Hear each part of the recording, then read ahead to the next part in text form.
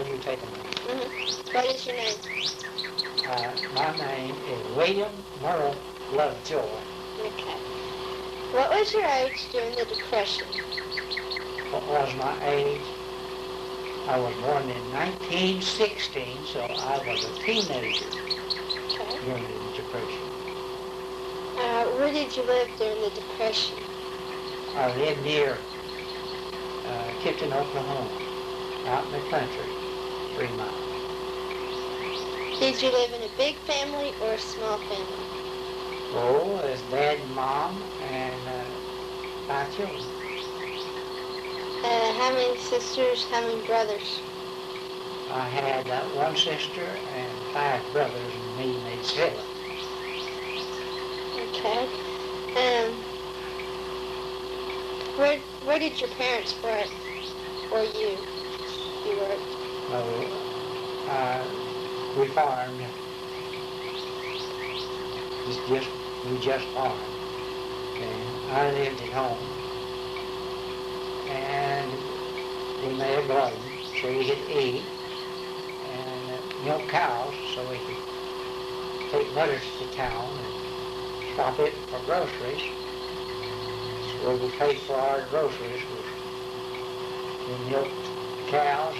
I separated the cream with a cream separator, and then we churned it and made pounds of butter out of it, and took it to town and traded it for groceries. And Mr. Loveless was the grocery man, and when we take our butter in, he already had people who took it every week, and so he'd just wrap it up, mark it, and sold. And they'd come in and get their butter then. We'd take our groceries home, and I sure did like to take when Mama took the butter to town, because she always brought back a sack of change. Mr. Loveless would take the butter and wrap it up, and then he'd just put some candy in the sack and hand it to Mama. And she'd bring it home to us kids, and we'd divide it up. You could eat yours when you wanted to. You could gobble it all down, or you could eat one now, and one after a while. But it lasts a long time.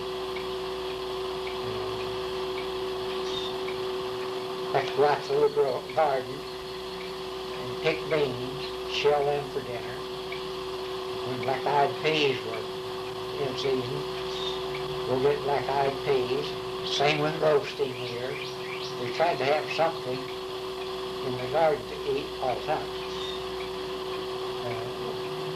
That it was growing with it.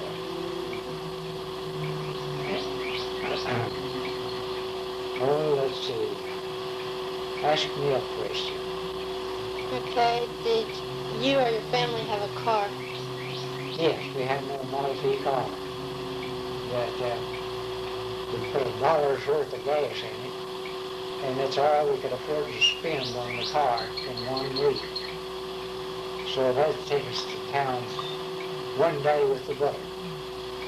And if we went any other time, had to hitch a team of horses to a wagon. It was 3 miles to town, and just go to town in the wagon and get a sack of coal if you were running a little low on something to burn to keep warm with.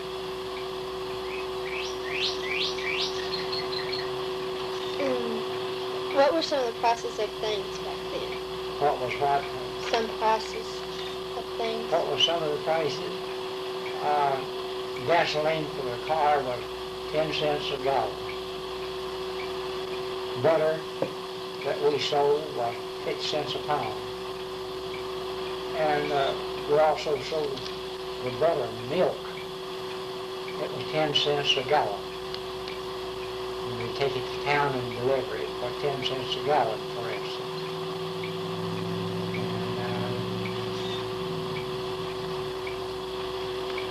That's about right. A cow would bring about $40 if she was good. A young cow would bring about $40. And pigs got so cheap that the government said, we'll buy your pigs, and then we'll announce a day for everybody that wants one free to come to your house, and we'll shoot them.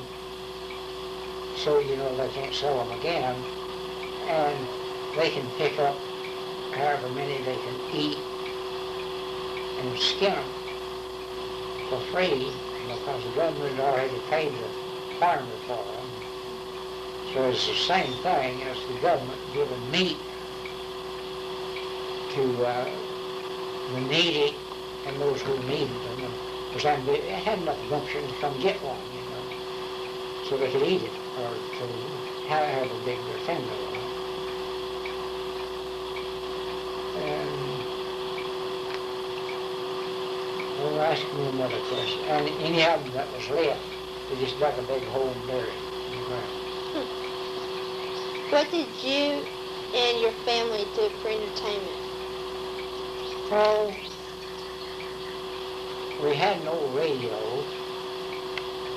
and it was the pride of our family. You could hear soap operas like Mark Dallas on it. Man, you see how far you can get. Sit around in a crowd. Boy, I got Chicago last night, you know. It didn't matter what they said, what Chicago said. If you just got Chicago, you rate it. And those soap operas, I see that. And the World Series was a big, big deal. You ought to wait. When the World Series come, it was almost as good as Christmas. Everybody listened to the World Series.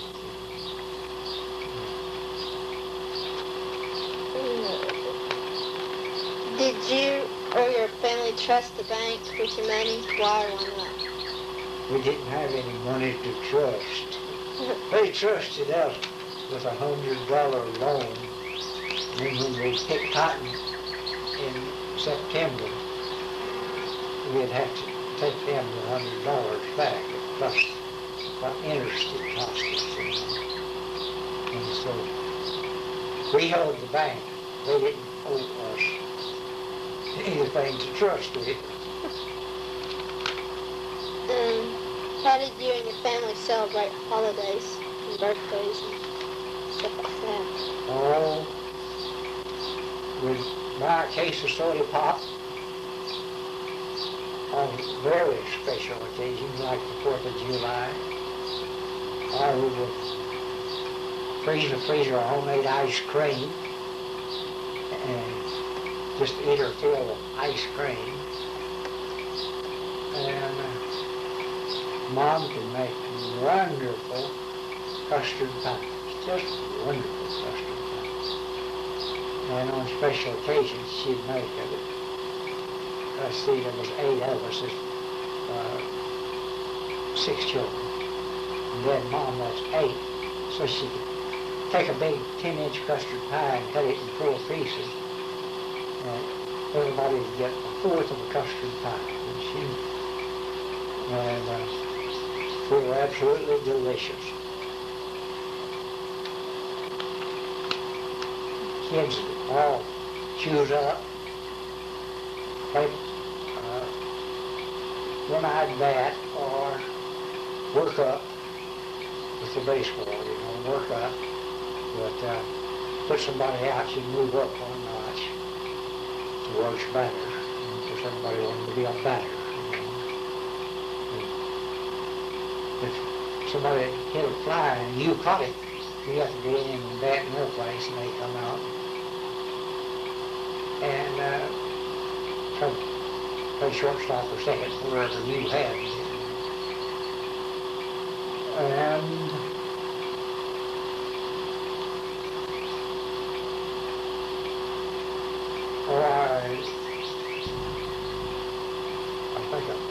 I think I told you this before. But when I was a senior in high school, Mom would buy me a new pair of overalls and shirt to go to school with. And before school was out next spring, mine to fit me. And before the graduation came next spring, I was growing so fast at that time that there'd be high water up halfway to my knees, you know. And so they all teased me about my high water britches, overalls. But you just had to be teased because you couldn't waste money buying another pair of overalls just because you outgrew.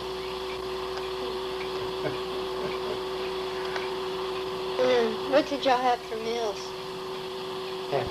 Meals, like lunch and breakfast, and like for lunch and breakfast. What do we have to eat? Yeah. Well, Mother made wonderful biscuits, and she'd always make a big skillet full of gravy. And so we most of the time had biscuits and gravy for breakfast, and maybe eggs if the old hens were laying good at that time. And for lunch, we'd have black-eyed peas or pinto beans or things of that nature, mostly garden stuff. And for supper, a lot of times, Mom makes hot cornbread, and we'd have cornbread and milk for supper.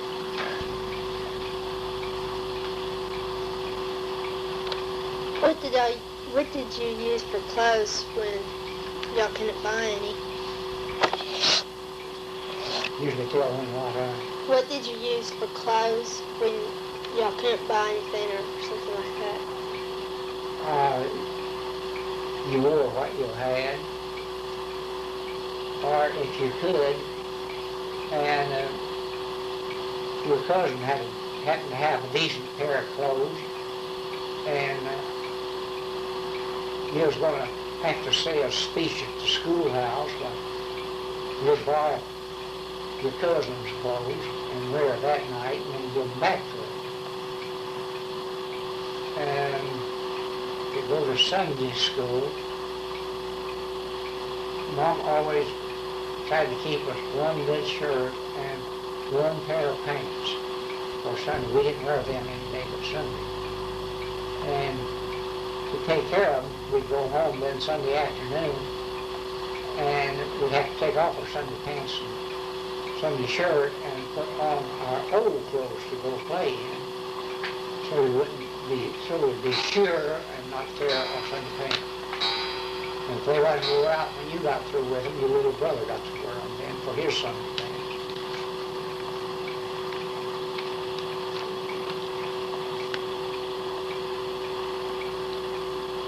In what year did the Depression start to begin in your area where you lived? Oh, hard times started in 1929. And a lot of people who thought they were rich found out they was broke because they had bought some investments that turned out to be not worth anything.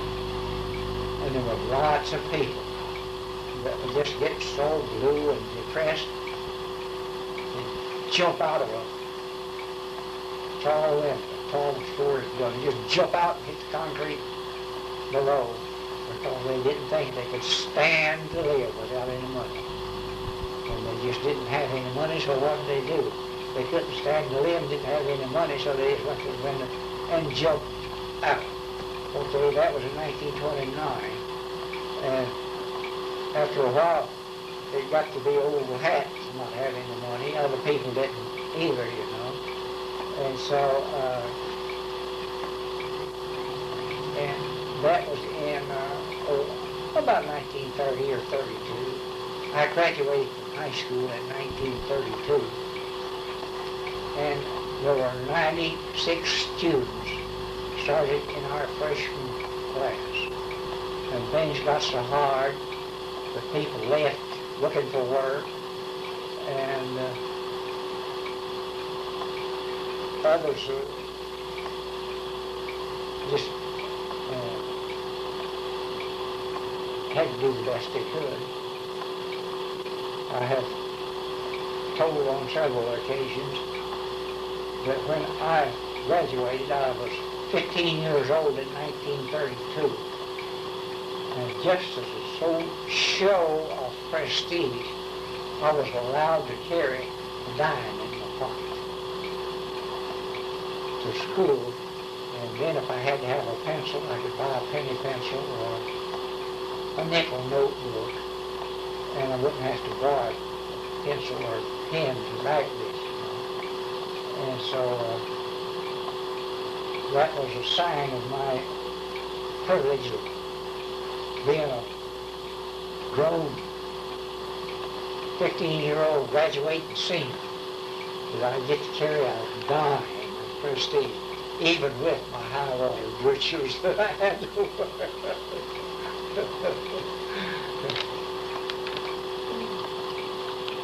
Do you remember who was president? Do I? Do you remember who was president during the Depression? Let's see. Theodore Roosevelt, Franklin Roosevelt. He initiated Herbert Hoover was president first. And they said, yeah, old Herbert Hoover caused the Depression. But things just got so bad that they couldn't be controlled. And so Franklin Roosevelt initiated government programs where the government would pay you to work on the road. Or they had another, when many people had outdoor toilet with board sides on it. Just go out and hide behind a box or something. And so they initiated the program for that reason of building outdoor toilets, one holders, for a government program. And you could work for them and build toilets, and I believe you got $1.50 a day or something like that for doing that.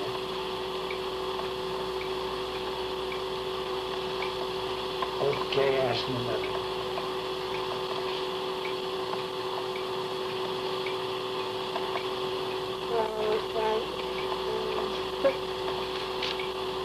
We depended on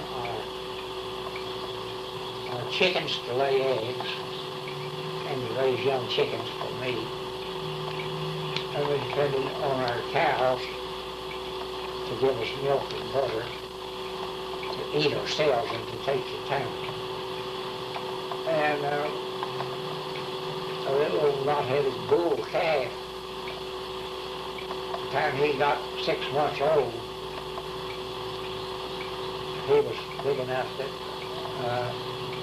we usually butchered him and let the heifer calves go on impression.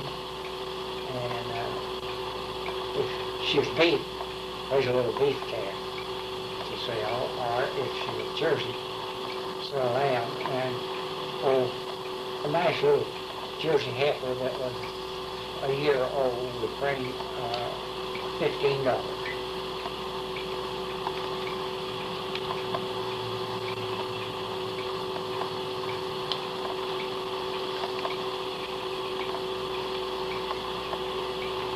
Did y'all ever go on vacations or anything like that, or did you just stay home and work?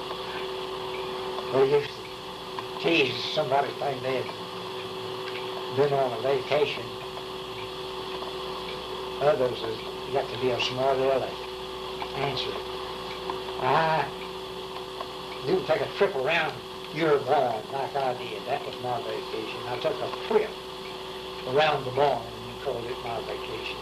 In other words, you didn't go anywhere unless you went down to the river you was seine fish in those days, and they would seine enough fish to have a fish fry. And that was always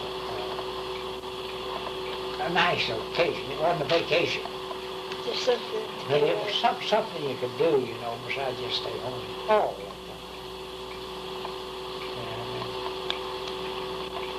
And that was fun.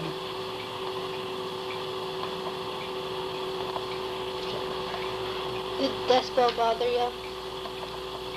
Did the desk bowl bother you?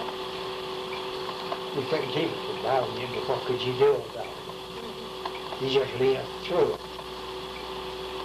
And if it come up a dust to our old house, the wind could blow dust, and by the same time it could blow snow in the wintertime through cracks in the wall, and you'd start to go to bed, you'd have to shake the snow off of it because it blew through the wall, or shake the dust off.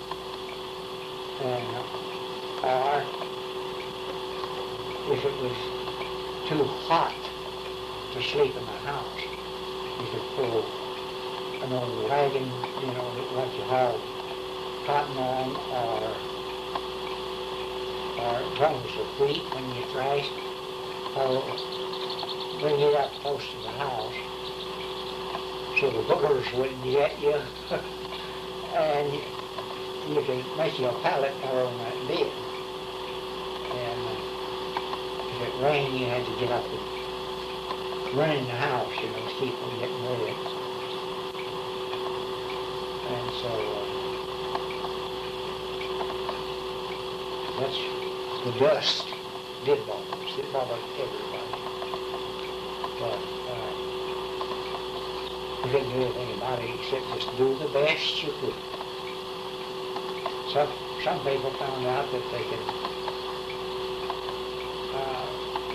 take a sheet and wet it, and it would stop some of the dust from coming in the open window. And if there was any breeze at all, it would make it just a little bit cooler in the house. And so that was air conditioning. It was a wet sheet. And if you had any wind, let the wind blow through it. Take out some of the dust and make it a little bit cooler. Did you ever go on any dates? Yes, I have. Did you ever go on any dates? No. Not until I was 21 years old. Except Texas, since we lived close to to Electra, they had a roundup down there every year. And if you want to, you can call Dad, taking the boys, well, and the girls too, taking the kids over to Electra to the fan, and if they had watermelons, we'd take watermelons so we'd have something to eat over there, refreshment. And that was a big day for us. It was almost a day of considered vacation, you know. And so I did go to Texas, but out of Oklahoma, 2 or 3 times before I was 8 years old, and the Army drafted me and took me to Oklahoma City, and I got to go up there. And I went to Texas, and then they took me to California. And so I did go to California when I was 28 years old. I got that far.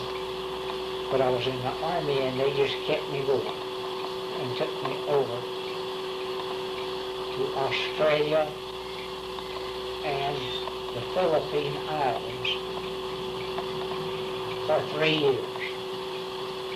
I left home, and it was 3 years later before I got to see anyone that I knew again. And So I didn't leave Oklahoma and get to California until I was 28 years old, and then I couldn't stop. They just kept me going. So I was in the Army then for a year.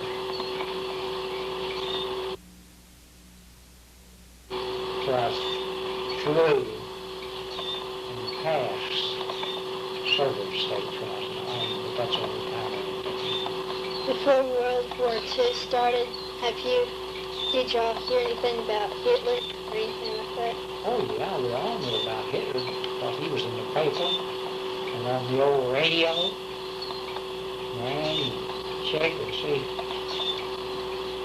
what the ball game was on, and then while the ball game wasn't on, we listened to the news to see what that mean old Hitler had done today. And of course you knew who Hitler was. Him and the devil were messing things up.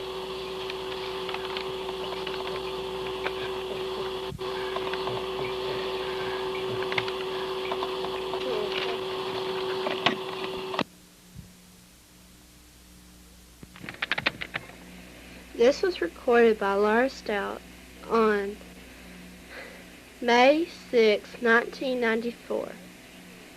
I recorded my grandpa, William Merl Lovejoy, at his house.